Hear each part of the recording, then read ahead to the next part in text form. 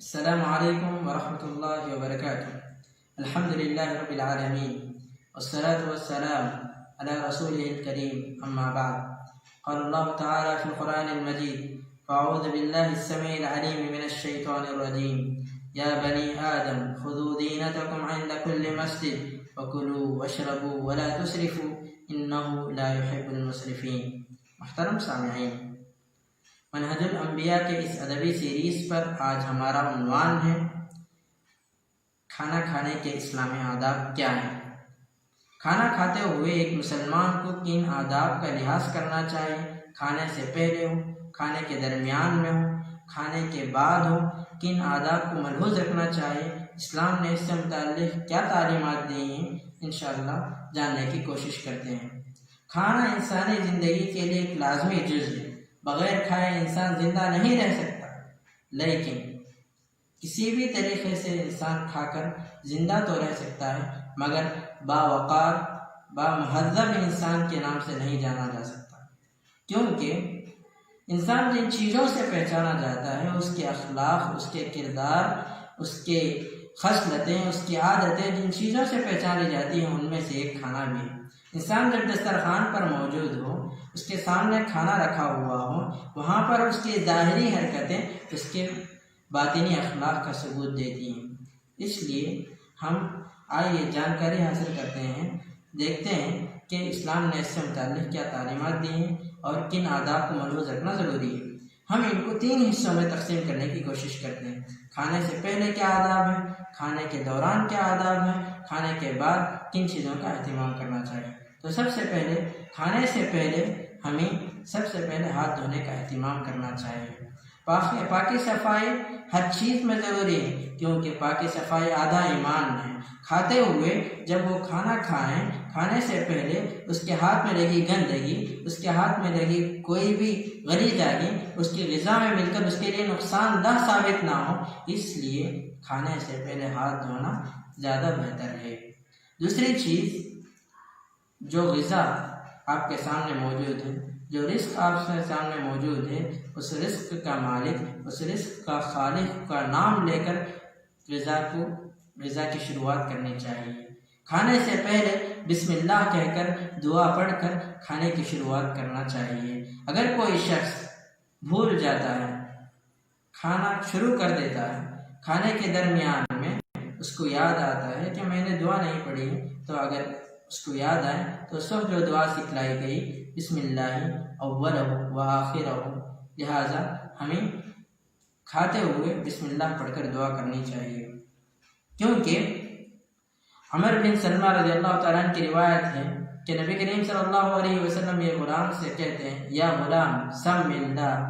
وکل بیمینک وکل مما یلیک، اے غلام تم اللہ کا نام بسم اللہ پڑھ کر کھاؤ، جو اپنے دائیں ہاتھ سے کھاؤ، اور جو تمہارے سامنے ہے، جو تم سے زیادہ قریب ہے، اس میں سے کھاؤ۔ اس لیے اللہ تعالیٰ کا نام لے کر کھانا چاہیے۔ لہٰذا دوسری چیز،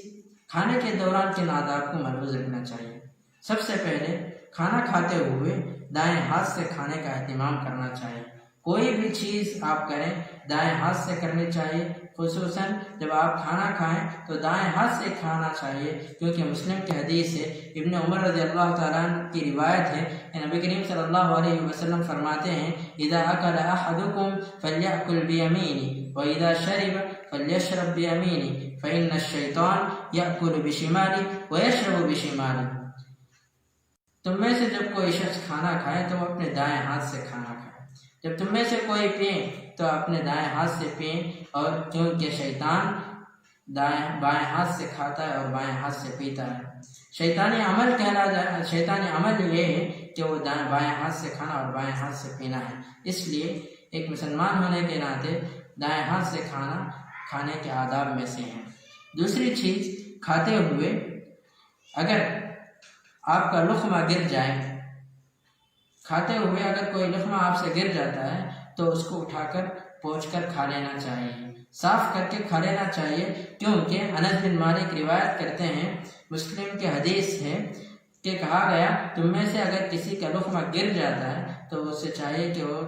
پھونک مارے اور پھر اس کو کھا لیں اور شیطان کے لیے نہ چھوڑیں۔ کیونکہ گرا ہوا لقمہ اگر آپ چھوڑ دیتے ہیں تو نہیں پتہ کہ کھانے کے کس حصے میں آپ کی کھانے کی برکت موجود ہے۔ اگر گرے ہوئے لقمے ہی میں اگر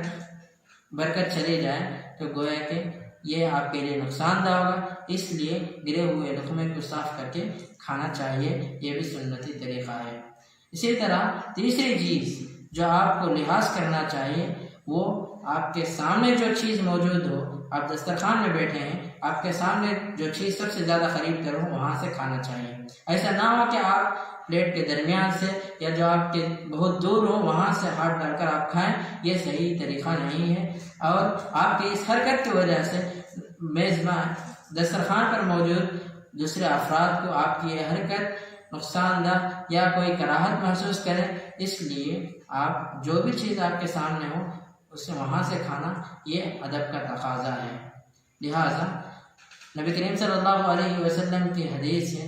عمر بن سلمان رضی اللہ تعالیٰ عنہ روایت کرتے ہیں، نبی کریم صلی اللہ علیہ وسلم نے فرمایا جیسا کہ پہلے بھی گزر چکی ہے، وَكُلْ مِمَّا يَلِيكَ، جو آپ کے سامنے موجود ہے وہاں میں سے کھانا چاہیے۔ اسی طرح چوتھی چیز جو آپ کو لحاظ کرنا ہے، کھانا کھاتے ہوئے ٹیک نہیں لگانا چاہیے، چاہے وہ آپ دائیں ہاتھ کو بائیں ہاتھ کو زمین پر ٹیک لگاتے ہوں یا آپ بیٹھے ہوں، آپ کی پیٹھ دیوار سے ٹیک لگائیں، جیسے بھی ہو ٹیک لگائے بغیر آپ کو کھانے کا اہتمام کرنا چاہیے، کیونکہ بخاری کی حدیث ہے، نبی کریم صلی اللہ علیہ وسلم فرماتے ہیں لا آکل متکئا، ٹیک لگا کر نہیں کھانا چاہیے، اس لیے ٹیک لگا کر کھانے سے منع کیا گیا ہے، ٹیک لگا کر نہ کھائیں۔ پانچویں چیز، آپ جو بھی کھائیں، کھانا ہو یا پینا ہو، کھاتے ہوئے برتن میں سانس نہیں لینا چاہیے۔ برتن میں سانس لینے سے منع کیا گیا، نبی کریم صلی اللہ علیہ وسلم نے اس سے منع فرمایا، نہا ان یتنفس فی الاناء، کہ برتن میں سانس لینے سے آپ کو منع کیا گیا ہے، چاہے وہ کھانے کی چیز ہو چاہے وہ پینے کی چیز ہو، کسی بھی چیز میں سانس لینے سے منع فرمایا گیا ہے۔ اسی طرح کچھ اور آداب بھی ہیں، جیسے کہ آپ کھانا کھاتے ہوئے اپنے 3 انگلیوں سے کھانا، یہ بھی سنتی طریقہ ہے۔ کھانا کھاتے ہوئے بلا ضرورت تھوکنا نہیں چاہیے، کھانا کھاتے ہوئے بلا ضرورت بات نہیں کرنا چاہیے، کھانا کھاتے ہوئے آپ جو ہے منہ کو بند کر کے کھانا چاہیے، ہونٹ کو بند کر کے کھانا چاہیے، تاکہ آپ کے کھانے کی آواز سے اور افراد کو تکلیف محسوس نہ ہو، کراہت محسوس نہ ہو، آپ دوسروں کے لیے تکلیف نہ بن سکے، دوسروں کے لیے تکلیف کے باعث نہ بن سکے، اس لیے آپ کو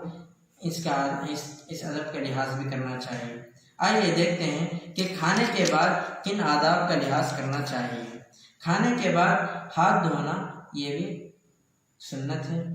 کھانے کے بعد ہاتھ دھونا چاہیے۔ اسی طرح کھانے کے بعد کلی کرنا یہ بھی جو ہے سنت ہے، مستحب عمل ہے۔ بشیر بن یسار رضی اللہ تعالیٰ عنہ روایت، وہ سوید بن نعمان سے روایت کرتے ہیں کہ نبی کریم صلی اللہ علیہ وسلم ان کے یہاں ایک مرتبہ مہمان بن کر آئے، انہوں نے آپ صلی اللہ علیہ وسلم کے لیے ستو کاٹا اور دوسری چیزیں ان کے لیے فراہم کی۔ آپ صلی اللہ علیہ وسلم نے ان ستو کے آٹوں کو کھایا اور کھانے کے بعد ہاتھ دھونے کے بعد آپ نے کلی بھی کیا، تو یہ ثابت ہے کہ کھانے کے بعد کلی کرنا سنت ہے۔ آپ ایک اور ادب یہ بھی ہے کہ آپ اگر مہمان بن کر گئے ہیں تو آپ میزبان کے لیے دعا بھی کرنا چاہیے، کیونکہ انس بن مالک رضی اللہ عنہ کی روایت ہے کہ رسول اللہ صلی اللہ علیہ وسلم نے انس بن عبادہ کی طرف ایک مرتبہ مہمان بن کر گئے، آپ صلی اللہ علیہ وسلم انہوں نے آپ صلی اللہ علیہ وسلم کے لیے بہت ساری چیزیں پیش کی، آپ صلی اللہ علیہ وسلم نے تناول کرنے کے بعد ان کے لیے دعائیں دی، اور وہ دعائی الفاظ ہیں افطر عندکم الصائمون وَأَكَلَ طَعَامَكُمُ الْأَبْرَارُ وَصَلَّتْ عَلَيْكُمُ الْمَلَائِكَةُ، اس طرح کے دعائی الفاظ یا جو بھی آپ دعا دے سکتے ہو آپ کے استطاعت کے بقدر آپ میزبان کے لیے دعا کرنا چاہیے۔ اسی طرح ایک اور ادب یہ ہے کہ کھانے کے بعد مسنون دعا کا اہتمام کرنا چاہیے۔ کھانے کے بعد جس رزق نے آپ کو اللہ تعالیٰ نے جو رزق ادا کیا اس پر اللہ تعالیٰ کا شکر بجا لانا چاہیے، شکر بجا لاتے ہوئے دعا کا اہتمام کرنا چاہیے۔ معاذ بن انس رضی اللہ تعالیٰ عنہ سے وہ اپنے والد سے روایت کرتے ہیں کہ آپ صلی اللہ علیہ وسلم نے یہ دعا سکھلائی، الحمدللہ الذی اطعمنی ھذا ورزقنی من غیر حول منی ولا قوہ، کھانے کے بعد یہ اہتمام کرنا چاہیے، وہ ہے کہ یہ دعا پڑھ کر آپ اللہ تعالیٰ کے اس رزق پر اللہ تعالیٰ کا شکر بجا لا رہے ہیں، اس لیے ہمیں یہ دعا کا اہتمام کرنا چاہیے۔ معزز سامعین، ایک مسلمان ہونے کے ناطے ہر مسلمان کو کھانے کے ان آداب کو ملحوظ رکھنا چاہیے تاکہ وہ اسلامی آداب کا لحاظ کر سکے، تاکہ وہ کھانے سے پہلے، کھانے کے دوران، کھانے کے بعد تمام آداب کو ملحوظ رکھ کر کھانے کا ادب سیکھ سکے۔ لہٰذا دعا ہے رب العالمین سے کہ اللہ تعالیٰ ہم تمام کو کھانے کے ان آداب کو سیکھ کر اس کے مطابق عمل کرنے کی توفیق دے۔ وآخر دعوانا الحمدللہ رب العالمین۔ السلام علیکم ورحمۃ اللہ وبرکاتہ۔